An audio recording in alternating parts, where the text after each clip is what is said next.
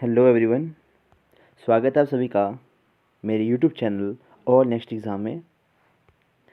तो BEd entrance 2021 की series हम कर रहे हैं। आपका कल एडमिट कार्ड आने वाला था, बट आई थिंक अभी तक नहीं आया है। बहुत जल्दी आ जाएगा और एग्ज़ाम भी जल्दी हो जाए तो अच्छा होगा, वरना फिर कोविड का ग्रहण लग गया तो फिर उसके बाद पता नहीं कब होगा। जितना डिले होगा उतना आपको ही नुकसान होगा, ठीक है। क्योंकि आप में से बहुत से लोग इस टाइम बिल्कुल पीक पे हैं अपने। तो जल्दी से जल्दी हम प्रैक्टिस टेस्ट को ख़त्म करेंगे। मेरे पास तो बहुत से प्रैक्टिस टेस्ट है, 10-15 प्रैक्टिस टेस्ट पड़े हैं अभी तक, ठीक है। तो मैं डेली करवाता रहूँगा वैसे तो आपको, बस जल्दी आपका एग्ज़ाम आ जाए, ठीक है। फिर आफ्टर 15 के बाद आपने जो नोट्स बनाए होंगे उनको रिवाइज़ करना स्टार्ट कर देना, ठीक है। ये पार्ट नंबर 8 है। तो चलिए स्टार्ट करते हैं हम पार्ट नंबर 8 को। और एक और बात कि जिन्होंने जिन्होंने नोट्स नहीं बनाए हैं वो दोबारा से इन वीडियोज़ को एक बार गो थ्रू हो लें, से 2 की स्पीड से देखने चाहिए इनको, पर जल्दी से गो थ्रू कर लें, ठीक है। कम से कम कमीशन एंड कमिटीज़ वाले तो कर ही सकते हैं, क्योंकि जीके जीएस तो आप कहीं से भी कर लोगे। कमीशन एंड कमिटीज़ का है थोड़ा बहुत, और वो टीचिंग एप्टीट्यूड एंड एटीट्यूड वाला वो आप कर लेना, ओके। तो चलिए स्टार्ट करते हैं। पहला क्वेश्चन, विश्व का सबसे गहरा समुद्री गर्त यानी कि सबसे deepest point of the earth कौन सा है? समुद्र के अंदर ही होगा वो, तो वह मैरियाना ट्रेंच, ठीक है। मैरियाना ट्रेंच हो सबसे ज़्यादा, और ये कहाँ पे है? पैसिफिक ओशन के अंदर है, प्रशांत महासागर के अंदर है, ओके। नेक्स्ट देखते हैं, भारत व चीन के मध्य सीमा रेखा है। अब भारत और चाइना के बीच में जो रेखा है उसको बोलते हैं मैकमोहन रेखा। रेड क्लिफ्ट लाइन किसको बोलते हैं? रेड क्लिफ्ट लाइन बोलते हैं हम जो भारत और पाकिस्तान के बीच में है, ओके। LOC भी उसको बोलते हैं, और LAC बोलते हैं जो भारत और चाइना के बीच में है। और डूरंट लाइन कौन सी बोलते हैं? डूरंट लाइन किसको पता हो तो प्लीज़ कमेंट बॉक्स में बताना, ठीक है। अगला है, भारतीय रिजर्व बैंक की स्थापना कब हुई थी? 1 अप्रैल 1935 को भारत इसकी स्थापना हुई थी। 1934 का एक्ट था, ठीक है। उसके बाद इसकी स्थापना करी गई थी, और इसको जो है वो 1949 में इसका राष्ट्रीयकरण कर दिया गया था, ठीक है। अगला है, 1526 में पानीपत का प्रथम युद्ध किसके मध्य लड़ा गया था? तो वो 1526 यानी कि हमारे जो मुगल वंश था उसकी स्थापना हो रही थी, तो बाबर और इब्राहिम लोदी के बीच में ये लड़ा गया था, ठीक है। नेक्स्ट है, भारत की स्वतंत्रता किसमें? ब्रिटेन के प्रधानमंत्री कौन थे? बहुत बार पूछा गया ये क्वेश्चन कि जब भारत आज़ाद हो रहा था उस टाइम ब्रिटेन के प्राइम मिनिस्टर कौन थे? फिफ्थ ऑप्शन ख, क्लीमेंट एटली। और ब्रिटेन के कोई भी प्रेसिडेंट वगैरह नहीं होते हैं, क्योंकि वहाँ पे क्या कौन सा शासन चलता है वहाँ पे? हायरार्की, जो मतलब जो सब सुप्रीम उनका कमांड है वो है हमारी जो वहाँ की रानी है, रानी एलिजाबेथ, ठीक है। अगला है, अंतरिक्ष में प्रवेश करने वाला प्रथम भारतीय व्यक्ति कौन थे? तो हमारे राकेश शर्मा जी थे ना। सिक्स का ऑप्शन क्या था? अंतरिक्ष में प्रवेश, अच्छा अच्छा, इसमें था भारत के आते तो आते हैं राकेश शर्मा, लेकिन इन्होंने पूछा था तो वो यूरी गागरिन थे। ये कहाँ के थे? ये थे हमारे रशिया के, USSR के थे, ठीक है। नेक्स्ट है, संसार में सबसे बड़ा मरुस्थल कौन सा है? ये ऐसे क्वेश्चन आते थे, अटाकामा मरुस्थल दक्षिण अमेरिका, गोबी मरुस्थल एशिया, थार भी एशिया। गोबी मरुस्थल जो है वो मंगोलिया और चाइना के बीच में है। पुली और सहारा है सबसे बड़ा ना, सहारा। सेवन्थ का ऑप्शन नंबर ग। अगला है, सौर मंडल के कौन से ग्रह पर एक दिन पृथ्वी के एक वर्ष के बराबर लंबा होता है? ये भी बहुत बार प्रश्न पूछा गया है। तो इसका शुक्र ग्रह का, ठीक है। वहाँ पे एक दिन जो है वो एक साल से बड़ा होता है, ठीक है।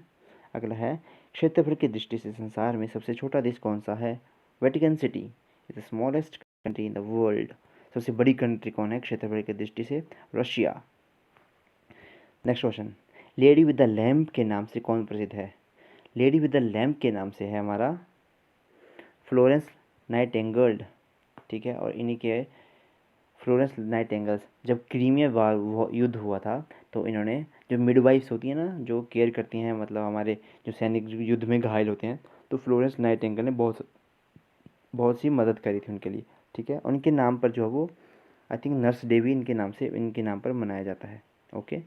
मिडवाइफ डे मनाया जाता है इनके नाम पर। अगला है अजंता एवं अलोरा की गुफाएं कौन से राज्य में स्थित हैं?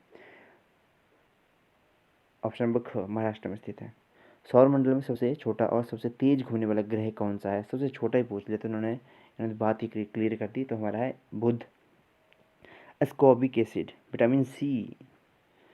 ऑर्निथोलॉजी किससे संबंधित है? ऑर्निथोलॉजी संबंध है हमारी 14 का ऑप्शन नंबर क, पक्षियों से संबंधित। जूलॉजी पक्षियों से संबंधित, ठीक है। और हमारे पीसी कल्चर जो मछली पालन, ठीक है। और पौधों के लिए हम बोलते हैं बॉटनी। 84 मंदिरों का समूह कहाँ पर स्थित है? 84 मंदिरों का समूह हमारे भरमौर में स्थित है। हिमाचल प्रदेश विधानसभा के प्रथम उपाध्यक्ष कौन थे? 16 का ऑप्शन नंबर ख, कृष्णचंद्र जी थे, ठीक है। अगला प्रश्न देखते हैं, हिंदी के क्वेश्चन है। हिंदी भाषा को आर्य भाषा के नाम से पुकारने वाले विद्वान कौन थे? अब हिंदी भाषा को आर्य भाषा के नाम से किसने पुकारा था? 17 का ऑप्शन नंबर ग, दयानंद सरस्वती जी ने इनको पुकारा था। अगला है हिंदी भाषा किस शब्द की देन है? हिंदी शब्द किस भाषा की देन है? हिंदी भाषा जो है, 1 मिनट, हिंदी भाषा जो ली गई थी हमारी 18 का ऑप्शन नंबर घ, फारसी भाषा का शब्द है, संस्कृत नहीं है, फारसी है। बिना किसी अवरोध के स्वर तंत्रियों से उच्चारण स्पष्ट मूल ध्वनियाँ क्या कहलाती हैं?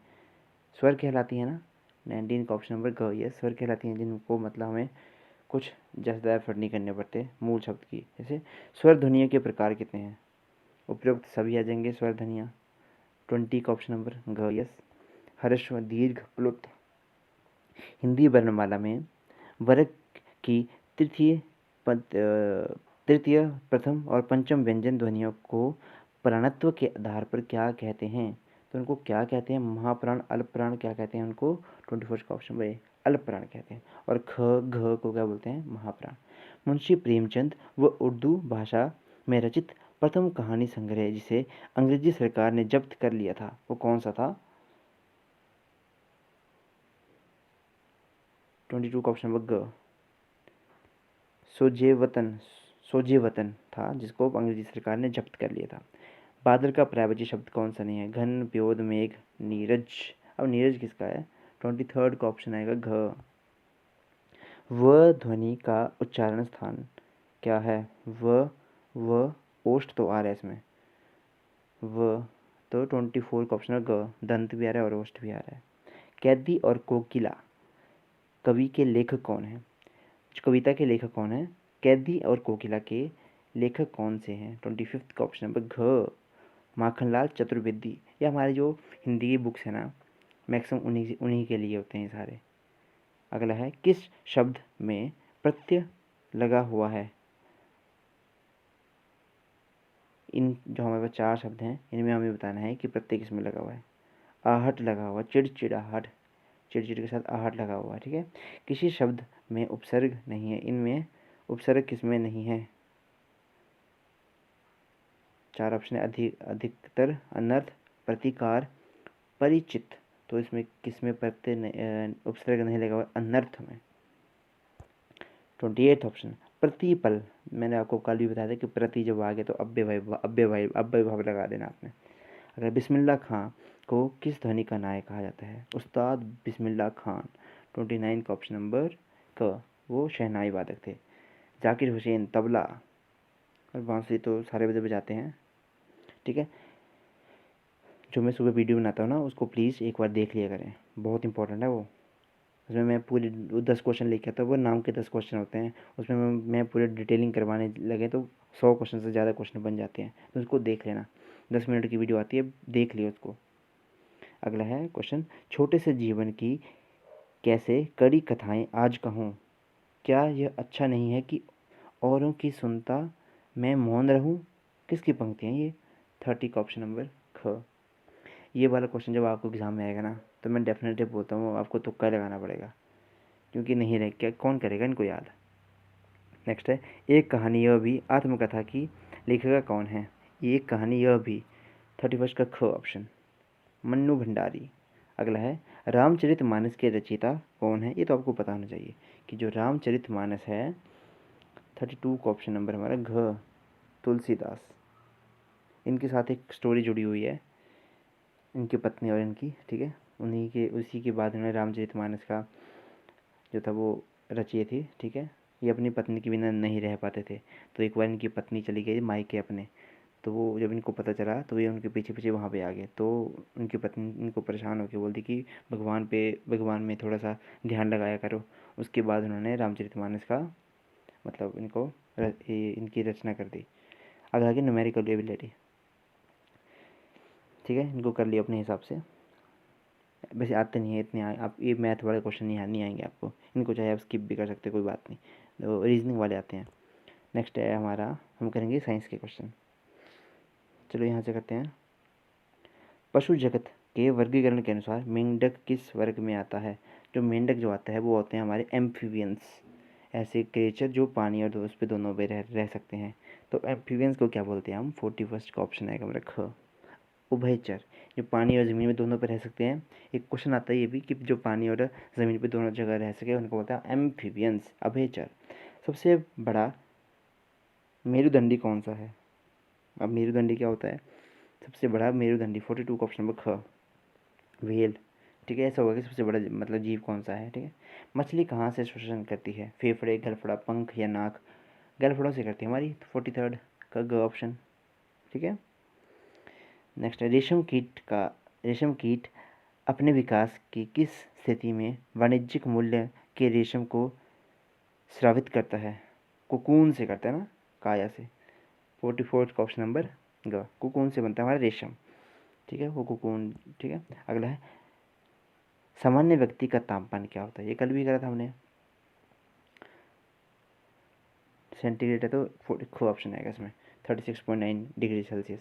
अगला, निम्न में से कौन सा रक्त के थक्के बना, ये मैंने आपको बताया था, विटामिन के जो था वो क्या करता है हमारे, जो हमारे ब्लड में थक्के बन जाते हैं ना उनको उनमें उस बनाने में हेल्प करता है। अगर विटामिन के नहीं होगा तो आपका ब्लड जो है ऐसे बहता रहेगा। Vitamin B, berry, vitamin B2, vitamin D, vitamin C पूछते हैं ज़्यादातर, स्कर्बी। विटामिन डी हमारे कहाँ से मिलता है? हमारे सनलाइट से। अगला है सामान्य बेशक व्यक्ति कुल कितना रक्त होता है? टोटल कितना ब्लड होता है? 2 लिम्का की 2 लीटर की 3 बड़ी बड़ी बोतल्स के बराबर होता है, तो 5 से 6 लीटर। 3 बोतलें याद रखना, 3 बोतलें होती हैं बड़ी बड़ी। अगला है लाल रक्त कणिका किस में बनती है? अस्थि मज्जा में, यानी कि बोन मैरो में बनती है हमारी RBCs। आगे हमारे क्या, आगे हमारे इंग्लिश का आ गया कॉम्प्रिहेंशन, इसको पढ़ लेना ना, आता है आपको पेपर में ये भी, तो इसको अपनी कर लेना सॉल्व इसको। अगला है, मैं यहाँ से करवाना प्रेपोजिशन से। अ vice man will be avail himself of, avail के साथ क्या आता है? ऑफ आता है। चेक कर लेता हूँ मैं, 54 का option number C, yes, off ही है। Give the correct article to fill in the blanks, he is dash European. अब देखो कौन सी साउंड प्रोड्यूस कर रहा है ये, यू की साउंड प्रोड्यूस कर रहा है, तो उसमें क्या आएगा हमारा? ए आएगा कि एन आएगा? 55 का हमारा ऑप्शन नंबर बी, एन आएगा, ए आएगा, सॉरी ए आएगा, ठीक है। ई मतलब हमें पता है कि A E I O U हमारे क्या हैं? वॉवल्स हैं, पर ये जब साउंड प्रोड्यूस कर रहे हैं तो यू आ रहा है, यू ना, यू की साउंड प्रोड्यूस कर रहा है, तो ये हमारा इसमें ए आएगा। नेक्स्ट हमारा give the correct word of bath. अब बाथ के लिए करेक्ट वर्ड क्या आएगा? वर्ब क्या आएगा? BATHE आएगा ना, बेथ बोलते हैं उसको, Beth. Give the correct noun of centre. अब सेंटर के लिए नाउन बताना है हमने, तो 57 का ऑप्शन नंबर डी, सेंट्रल। अगला है give the correct word for rule of one man. अच्छा, अगर एक ही इंसान का शासन हो तो उसका क्या बोलते हैं हम? डिक्टेटरशिप बोलते हैं, 58 का बी ऑप्शन। जैसे हमारे कौन था? हिटलर साहब थे, डिक्टेटर थे वो। नेक्स्ट है हमारा right the word opposite of the meaning of brave. Brave होता है बहादुर, तो बहादुर का उल्टा क्या आएगा हमारा? टिमिड। अपोजिट वर्ड रिकवरी करना, और 60 का ऑप्शन होगा डी, री हाँ रिप्ले रिलैप्स आएगा ना उसका। अगला है हमारा god help those who helps themselves. Who कौन सा आएगा इसमें? 61 का option number A, who helped themself, god help those who helped themselves, याद रखना इसको ना। अब पहले अपना सिर फिरा, क्या था, गिव द करेक्ट ट्रांसलेशन करनी है, पहले अपना फिर पराया, इसको क्या बोलेंगे हम। 62 का option number A, charity begins at home. हाँ जी, सॉरी। नेक्स्ट हमारा change the gender fox, fox का विक्सन आता है ना, 63 का A option. 64 which of the following noun is always used as a singular, अब सिंगुलर कौन सा नाउन आएगा इसमें, न्यूज़ हमेशा सिंगुलर होती है। 64 का option number B, yes news. Next आगे हमारे लॉजिकल क्वेश्चन, जिस प्रकार ट्रीटमेंट शब्द का संबंध डॉक्टर से है उसी प्रकार स्पोर्ट्स का संबंध किससे है, स्पोर्ट्स का संबंध आएगा हमारे कोच के साथ, ठीक है। अगर 66 का ऑप्शन में आंसर मैं आपको बता देता हूँ, 66 का ग ऑप्शन भांजी होगी इसकी, आप देख लेना इसको, इसका थोड़ा कॉम्बिनेशन बनाना पड़ता है आपको। नेक्स्ट क्वेश्चन आज शायद आपको अच्छे से विजिबल होगा, ठीक है, कोशिश करी मैंने, अब इसको जूम भी नहीं होता ना ये, वरना मैं जूम कर देता। अगला है, एक हिंदी वर्णमाला सीखने वाला छोटा बच्चा केवल सीधी रेखाएं ही खींच सकता है, वह बड़ी अंग्रेजी वर्णमाला के कितने अक्षर सीख सकता है, वो अंग्रेजी वर्णमाला के कितने अक्षर सीख सकता है, क्या क्वेश्चन है ये। एक अंग्रेजी वर्णमाला सीखने वाला छोटा बच्चा केवल सीधी, अच्छा इसमें बताया कि जो सीधी सीधी रेखाएं उन्हीं को ही सीख सकता है, मतलब ज़्यादा वो घुमावदार नहीं सीख सकता, तो वो कौन कौन से ऐसे ऐसे हमारे अल्फ़ाबेट्स आएंगे जिनको वो सीख सकता है, तो 67 का ऑप्शन नंबर क 15 आएंगे। अब कौन कौन से वो देख लियो अपने हिसाब से। यदि 5 स्वर ए ई आई ओ यू में से प्रत्येक को 5 अभाज्य संख्याओं के इसमें किया जाए तो उसको आंसर बताता हूँ आपको सीधा, 68 का ऑप्शन नंबर ख, 28 आएगा, ठीक है। ए ई आई एम श्रृंखला को पूरा करो, इसको आप सॉल्व कर सकते हो, ठीक है। A B C D E 4 अक्षर को छोड़ के, E F G H I 4 अक्षर छोड़ के, M N M O P, इसमें क्या आएगा हमारा 69 का ऑप्शन नंबर घ, क्यू पी क्यू, हमारा 4 अक्षर छोड़ के हमारा क्यू आएगा, ऐसे ऐसे कर लेने को कॉम्बिनेशन बना बना के, ईजी होता है ये। 70 का ऑप्शन नंबर क, इसमें आपको टाइम लग सकता है थोड़ा सा, क्योंकि थोड़ा सा इसको कूल माइंड से करना है एकदम। 71 का ऑप्शन नंबर घ। 72 को आगे से आगे मैंने डाले नहीं है ये, ठीक है। तो चलो इसी को कैसे करते हैं ख़त्म। आई होप आपको वीडियो पसंद आई होगी, वीडियो पसंद आई होगी तो please like share and subscribe ज़रूर करें। Thank you and have a nice day. Okay.